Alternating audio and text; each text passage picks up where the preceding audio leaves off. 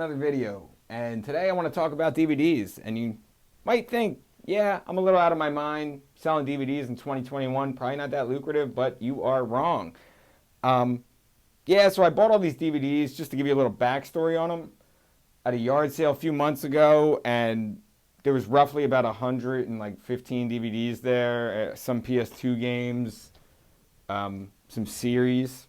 I like that. When you're looking for the series, that's usually my key to negotiate, even thinking about DVDs. Like when you see something that's hot, like I saw Seinfeld and The Office, right away, you know both of those are hit shows, and you know that like Netflix is pulling The Office, or they did pull The Office if you're watching this now, and it's not readily available. And some people just want the hard copy so they can just watch it whenever they want. So 110 DVDs, 115 DVDs, and I started negotiating. I said, the tactic that you want to use when talking DVDs is like you want to like downplay them always. I mean, you want to downplay pretty much anything you're buying when you're thrifting. I mean, yeah, it sounds pretty unethical, but like that's really what you want to do, or else you're going to be overpaying a lot of the time, and it's all about the undercut. I mean, I just straight up told her, I mean, the going rate for DVDs at yard sales is usually $1 a DVD, and that's exactly what she had hers priced at. I pretty much just said, hey, you want to get rid of all these DVDs? And you have to like let her know that you're going to take all of them. So it's like clearing all this space out of your house. She's having a yard sale anyway. She wants them gone anyway. You're in the winning part already because you're showing up with money, and she's not a Walmart, so it's not like guaranteed that she's going to get customers at her yard sale. And one of the key things I noticed was just like when you're talking DVDs, you want to like downplay them and say to the fact that like people have Netflix, people have Amazon Prime, people have Hulu. People aren't really using DVD players anymore. Blockbuster's not around.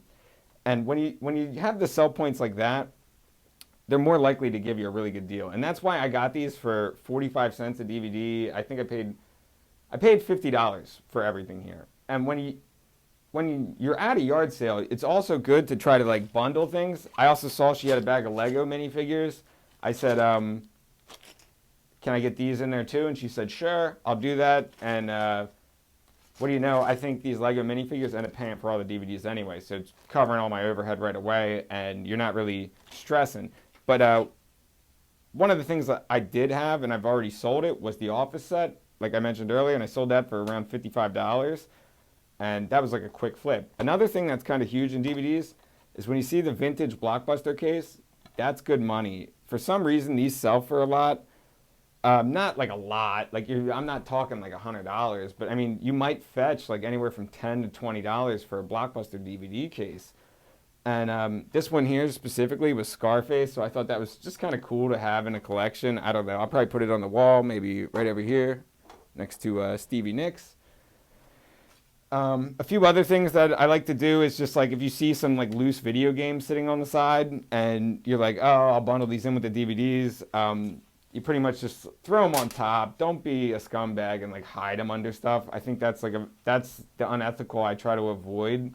I like to be kind of clear with people and like, hey, I'm buying these for this amount of money, and that way I feel like I don't do anything wrong in a sense. Another thing that I like to do is when you see stuff that's brand new and sealed, that's also a good buy right away. This one in particular, when I see things that are strange and weird like this that I think could be worth a lot of money, I always like to pick them up and just say, that's weird, and then I put it back down for a little bit, pending that there's not a lot of other people lurking around the yard sale. But when I picked this one up, I noticed right away that it had a $44 price tag on it. So at some point in their life, they paid $44 for a DVD and never watched it. I don't know if it was like just the thought that it was cool collector's piece or something. I mean, it is a pretty interesting piece, but I mean, they had a handful of brand new sealed DVDs that they spent, like a couple of these have price tags for $20 on them, and I'm just like, I can't fathom that people would buy DVDs and just never watch them. I mean, I don't know. It's very bizarre. Something else that I like to look for when I'm hunting for DVDs is like Disney. I call oftentimes, if you watch my videos or you know me at all, I like to call Mickey the Money Mouse because Disney is straight money all the time. Disney's not going anywhere. They're going to be around forever. And when you see the Disney movies, it's just money. I mean, some parents, they don't want to pay subscriptions for their kid to watch the same movie every day. A lot of kids just like cling to one movie and then they ride it out until they're old enough to say, hey, I don't want to watch kid movies anymore. And that's when you capitalize on them and you start selling them some adult DVDs like Blow or Pineapple Express. I mean, like, these are just quick movies to me that I think, and I when I'm hunting for DVDs, I also kind of go based off of like what I've seen. I tend to avoid movies that I've never seen before unless they're brand new sealed. Like, I don't know. And if you're getting them in a bundle, you can't lose. But I mean, these movies are all going to sell. I mean, granted, when you're selling them like action movie bundle or cheap is the key. You want to sell 4 DVDs for like $10. And you, again, when you're listing these on your sites, I mean, yeah, eBay, you have the option to do one of those listings where you can put like a ton of titles all in one listing. But like, say if you're a seller on Mercari or OfferUp or Facebook Marketplace, you don't want to sit there and just blast out DVD listings. Like, you'll become the DVD guy, and that's not something you want to label yourself as a reseller. So you kind of want to make it look like, hey, I only got 1 or 2 in, and I'm just going to like sell these for a decent chunk. Like the other day, I list these very sparingly. I wait until they sell too. So I'll list one bundle at a time. Like yesterday, I listed The Emperor's New Groove and Crunk's New Groove. Disney movies, kids movies, fantastic flicks. I can't remember who did the voiceover, but I'm sure we'll look it up or something. I don't know. But I sold that bundle for $10 plus shipping. I made $8 after all of it, all said and done, all the money I put into shipping and all that. And what do you know? It's a good profit. I mean, just on the side, to get $8 steadily is pretty nice. I mean, I'll probably list all of Seinfeld next, and that'll also be key. I mean, when you're talking complete series, maybe even a few series, even if you see some loose seasons, it's always good money to grab the seasons. I mean, South Park, I grabbed that. That was kind of a nice one. Complete season of SpongeBob, the 3rd one. This was brand new sealed. Again, why are you buying things and not watching them, people? It's very strange and bizarre. Best Buy, The Watchmen, $20 she spent, brand new, sealed. This one here, horror flicks. I think strange horror flicks do well around Halloween.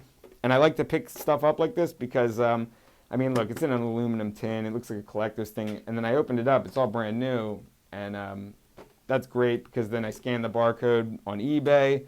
And this, what do you know, it came up for right around like $50 people are selling this for. So it must be kind of rare to get in a sense. Another DVD that does really well for me are these WWE DVDs. Any type of wrestling DVDs kind of do well. I mean, Stone Cold, can't go wrong with that guy. We got Mick Foley here, the original Cactus Jack. Some people know Travis Scott as Cactus Jack now, but everybody knows Mick Foley was the guy back in the day when I was a kid. There were some PS2 games in here. I'll get into video games in another video, but you can't really go wrong when you're bundling in a couple PS2 games. Again, you don't want to spam blast and list a bunch of PS2 games all at once. You're going to look like the video game guy, and then everyone's just kind of going to stay away from your page in a sense, I feel. But I could be wrong there, but I'm not really sure. Tons of kids' DVDs sealed. You can't go wrong with brand new sealed. Anime DVDs, these always do well for me. I never have a problem with them. It's just like it's like a niche market, and if you find them, they will sell. Bruce Lee DVDs, martial arts DVDs, they always tend to do pretty well. I've never seen this one. It's over 14 hours of Bruce Lee. I'm sure there's some Bruce Lee collector out there. I'm a big Bruce Lee fan myself. I think Bruce Lee will definitely do well. Another Sherlock Holmes tin collectors. That one wasn't new, but still, I think it will go for money. This Fear Factor DVD was really funny to me because I was like, oh, this is a cool DVD.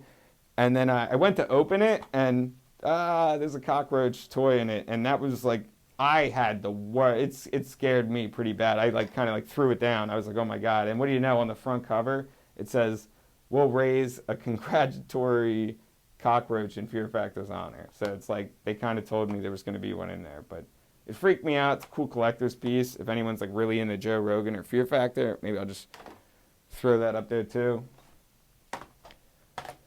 I don't think there's too much more I really wanted to talk about in here, but The Simpsons.